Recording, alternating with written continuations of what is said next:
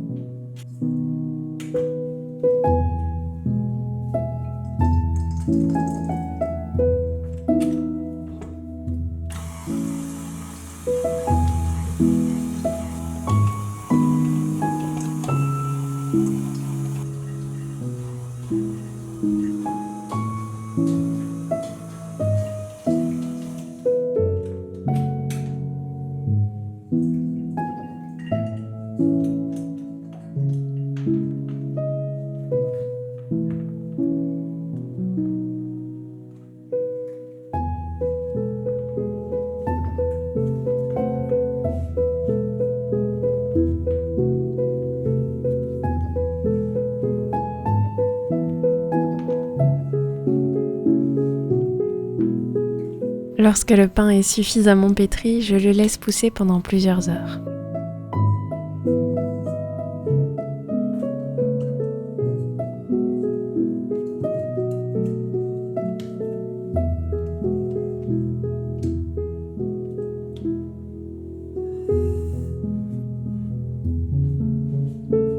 Après avoir nettoyé et pendant que le pain pousse, je vais en profiter pour faire un peu d'aquarelle.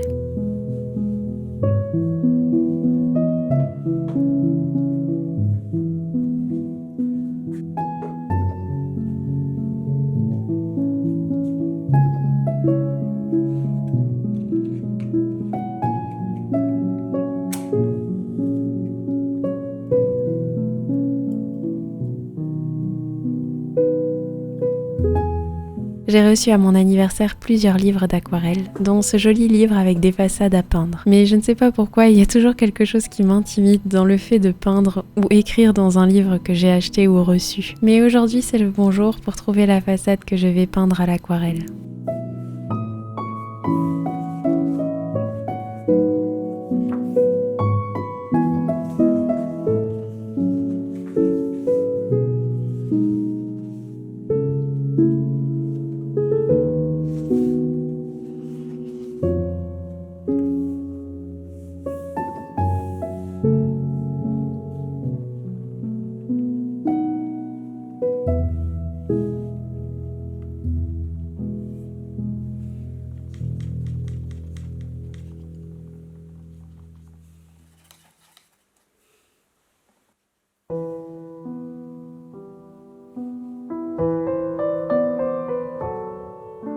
Je ne suis pas spécialement douée pour l'aquarelle et je n'ai pas spécialement du bon matériel, mais c'est une activité que j'aime beaucoup faire et qui m'apaise. Et je trouve que ce livre est plutôt chouette pour faire de l'aquarelle, parce que je n'ai pas à réfléchir à créer quelque chose ou à faire un dessin en particulier. Je peux juste m'entraîner à utiliser la peinture, les pinceaux, le dosage d'eau et colorer petit à petit la façade que j'ai choisie. Je sens bien que j'ai encore beaucoup à améliorer dans ma technique, mais je sens que c'est pour moi une bonne façon d'apprendre petit à petit.